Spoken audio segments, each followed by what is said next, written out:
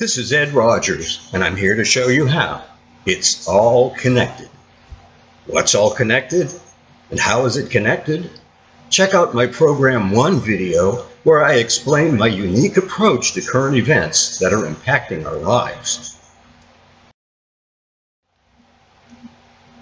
Today in Program 2, I'd like to discuss Pope Francis, mysticism, and a one-world religion. Hopefully, we'll come a little closer to answering the question, what is Pope Francis's real agenda? As I share the gospel where I live, the greatest obstacle I face is Roman Catholicism, especially within the Latino community. That's why I listened with great interest to the Pope's remarks during his recent visit to the U.S. I was listening closely for his real messages, those that build upon his previous proclamations regarding the world's politics and religion. His primary message seemed to be a call for unity among all the world's religions in a quest for peace, while those in attendance appeared to be caught up in the moment and ready to jump on the let's just all get along bandwagon. Those of us who have been paying close attention cannot reconcile his lofty words with reality. The followers of Islam, for example, have neither a desire nor any intention of ever getting along with the non-Muslims of the world. The clear goal is world domination. This is clearly taught in the Koran, yet Pope Francis once told guests at the Vatican that the Koran and the spiritual teachings contained therein are just as valid as the Holy Bible. Jesus Christ, Mohammed, Jehovah and Allah, he said, are all names employed to describe an entity that is distinctly the same across the world.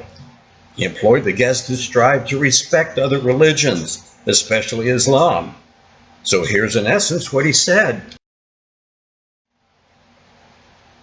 The Bible and the Quran are equal. Jesus and Muhammad are the same. Jehovah and Allah are the same. And Islam must be respected. As I listened to his interfaith address at the UN, it sounded like an advertisement for his previous call for a new global political authority to save humanity from the impending disaster of climate change. He's made the fight against climate change the central pillar of his papacy, and he's working very hard to unite as much of humanity as possible to get behind that effort. After all, the world will have to unite as never before to deal with averting a worldwide catastrophe. This paves the way for the one-world government described in Revelation. The great barrier to bringing this about is the current sovereignty of nations, each with its own government. What the world needs to move this idea along is a crisis, real or imaginary, that is such a threat that all nations must unite to win the battle for the planet's survival. It has to be something affecting every nation from the largest to the smallest. Climate change has emerged as the crisis of choice. I'd like to devote the remainder of our time today to the Pope's reference that he made during the presentation to the joint session of Congress on September 25th. That reference was to the great work of Thomas Merton. Merton was an American Catholic writer and a Trappist monk. Most importantly, however, he was a mystic. In a discussion with a Sufi master, Sufi could be said to be the inner mystical dimension of Islam, Merton stated that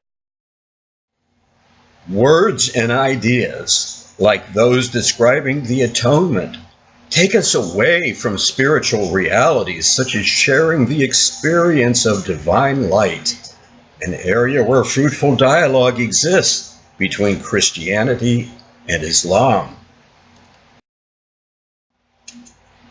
This is important because of the crucial role mysticism plays in the current movement to bring non-Catholics under the umbrella of Rome by a process known as the Jesuit Agenda. Here's the idea. If Protestants and evangelicals can be convinced or seduced to practice some form of mysticism, especially contemplative, they become conditioned to embrace Rome and its gathering together of all religions. As of today, some form of mysticism has found its way into nearly every religion and sect. Mysticism is important, therefore, because it serves as a bridge uniting all the world's religions. To understand the Jesuit agenda, we must know who the Jesuits are. Not long after the Reformation, the Catholics launched a counter-revolution to bring the separated brethren back into the fold. Commissioned by the Pope, the Jesuits were given the task of doing whatever it took to end that nasty Protestant Reformation. Leading the militant charge against the defectors was Ignatius Loyola, the founder of the Jesuit order in the mid-1500s. Emperor Ferdinand, to satisfy his hatred for the Bohemian Protestants, instituted a high court, conducted chiefly by the Jesuits, to prosecute the reformers. Unlike the Inquisition, this was a mobile court, traveling from place to place with armed soldiers. Once the court had reached its verdict, there was no appeal. Most cases never made it that far, since the soldiers were given permission to murder the Protestants as they pleased, as long as they reported their activities to the court. The Jesuits went throughout the world, obeying the Pope's every command, which included winning the world with the sword.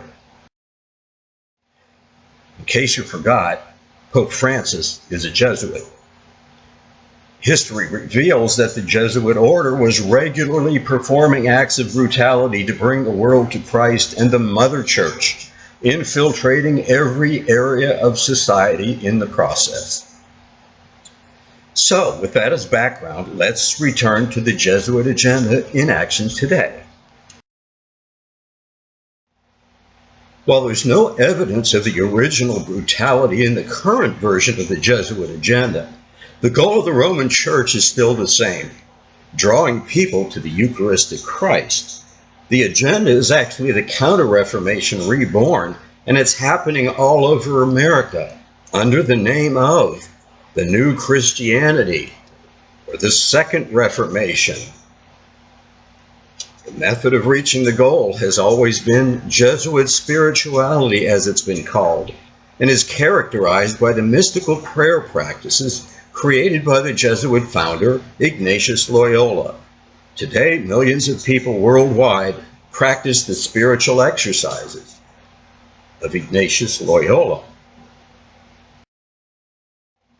You've probably been exposed to this under other names, such as contemplative spirituality and the emerging church, or the emergent church.